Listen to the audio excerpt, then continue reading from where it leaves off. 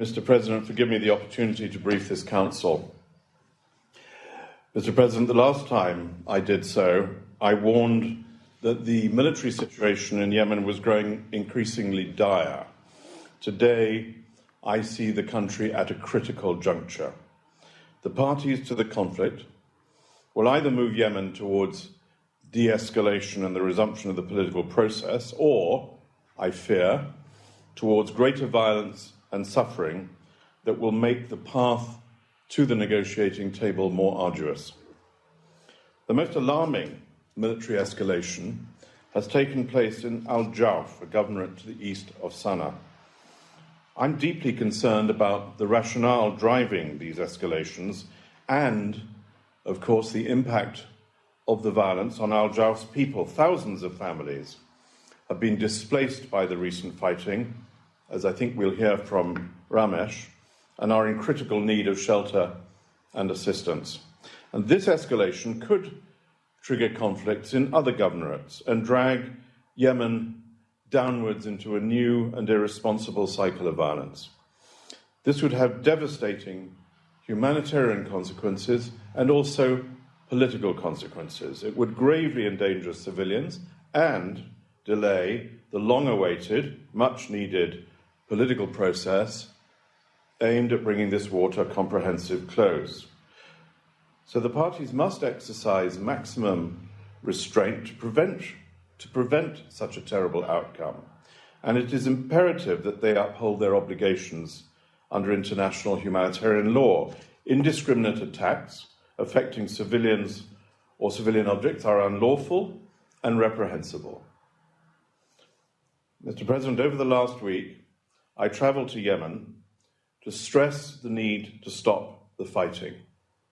In Marib, I met with local government officials, political parties, tribal chiefs, civil society leaders, including women and youth, and persons displaced by the conflict. And let me, through this council, thank the governor of that governorate, Governor Arada, for all his support and hospitality to me on that day.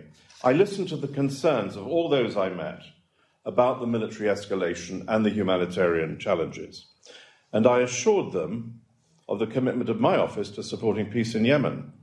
And I heard from the people in Marib a strong demand for peace, but not a peace that would be dictated from a position of military dominance. In Sana'a, from which I have just come, I also discussed the need to stop the fighting in Marib Governorate. I met with representatives of Marib tribal and communal figures living in Sana'a to listen to their views and concerns about the conflict in Marib.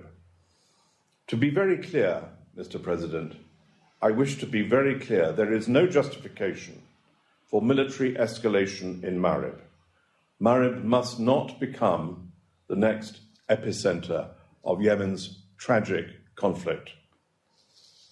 Mr. President, the governorate of Hodeidah continues to experience clashes, particularly in the city and in the southern part of the governorate, and civilian casualties are, regrettably, increasing.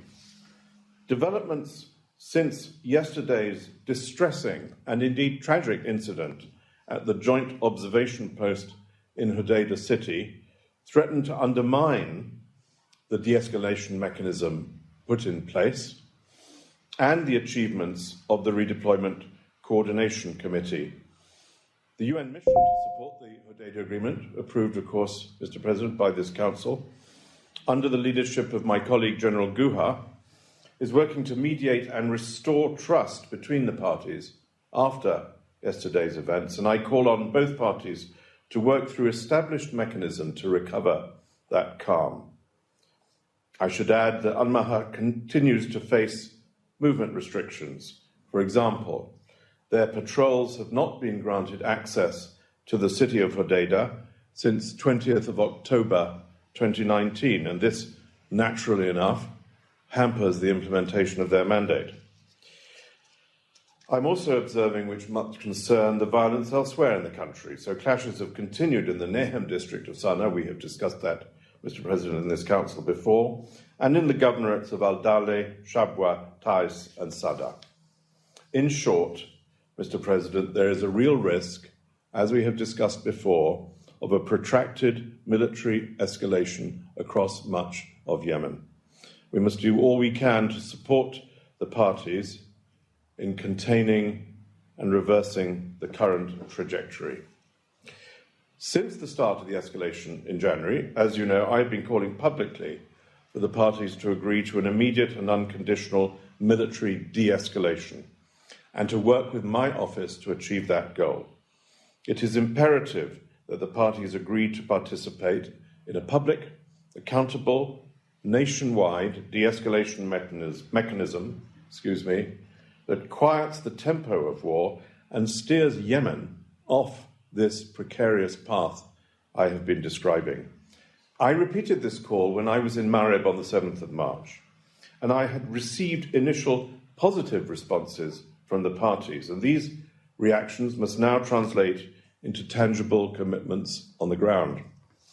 Any de-escalation discussion should also be reinforced by efforts to resume the political process, also a subject we have discussed in this chamber.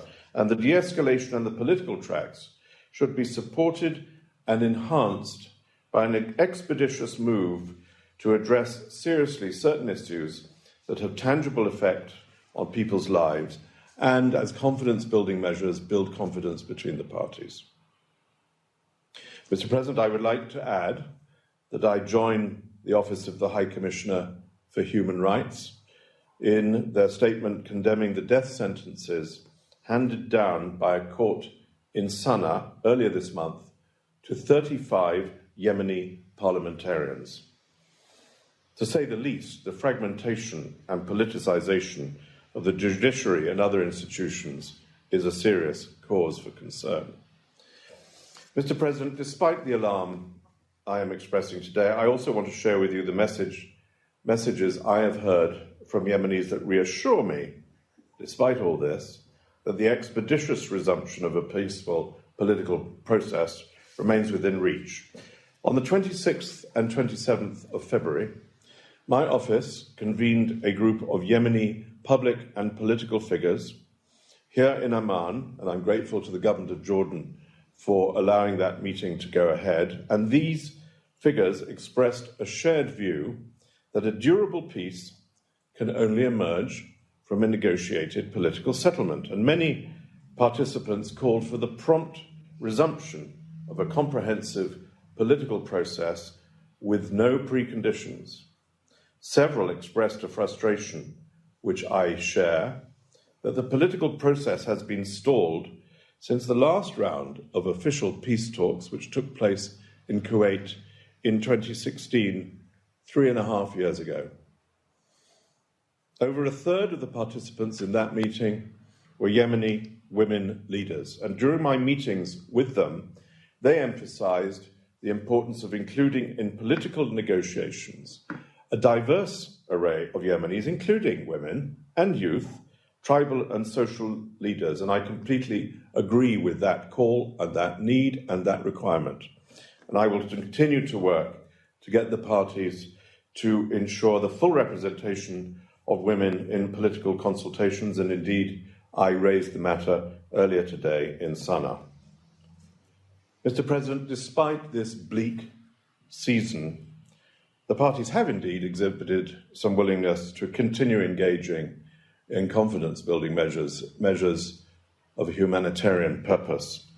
The parties are taking important steps, as you know, towards implementing, finally, the agreement that they reached in mid-February, again in Amman, on a large-scale exchange of prisoners. My office has continued to work with them, as has the International Committee of the Red Cross, to make that promise happen. Meanwhile, the World Health Organization continues their efforts to ensure that the medical air bridge flights operate, those flights which have as their next destination Cairo, allowing Yemeni patients to travel abroad for medical assistance, which they cannot receive in Sana'a. But much more must be done. All parties bear a responsibility to ease the impact of war on civilians, and they must work assiduously on prisoner exchanges, on opening and securing access roads in Taiz, Hodeidah, Marib, and elsewhere. And we discussed that very issue in Marib with the governor to whom I have earlier referred. Ensuring the payment of public sector salaries across the country. Sana's airport must be opened for commercial flights to alleviate the suffering of the Yemeni people. And these are crucial humanitarian measures, and none of them particularly new, and they must not become the subject of politicization. There is a limit, however, Mr. President, to how much we can achieve in the absence of that political process to which I referred.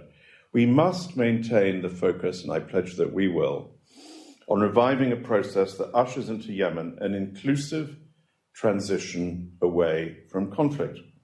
We have consulted widely among Yemenis, as you know, and will continue to do so on the key elements of such a transition. Several common themes have emerged, and I have communicated them publicly to this Council before, but they bear repeating, if you would allow me, if only to ensure that the people of Yemen know what is on offer and in prospect.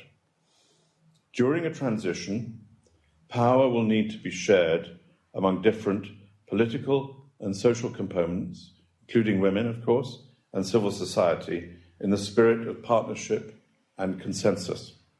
Transitional security arrangements will need to be agreed to provide for the security of Yemen's people and to lead toward the state's monopoly over the use of force.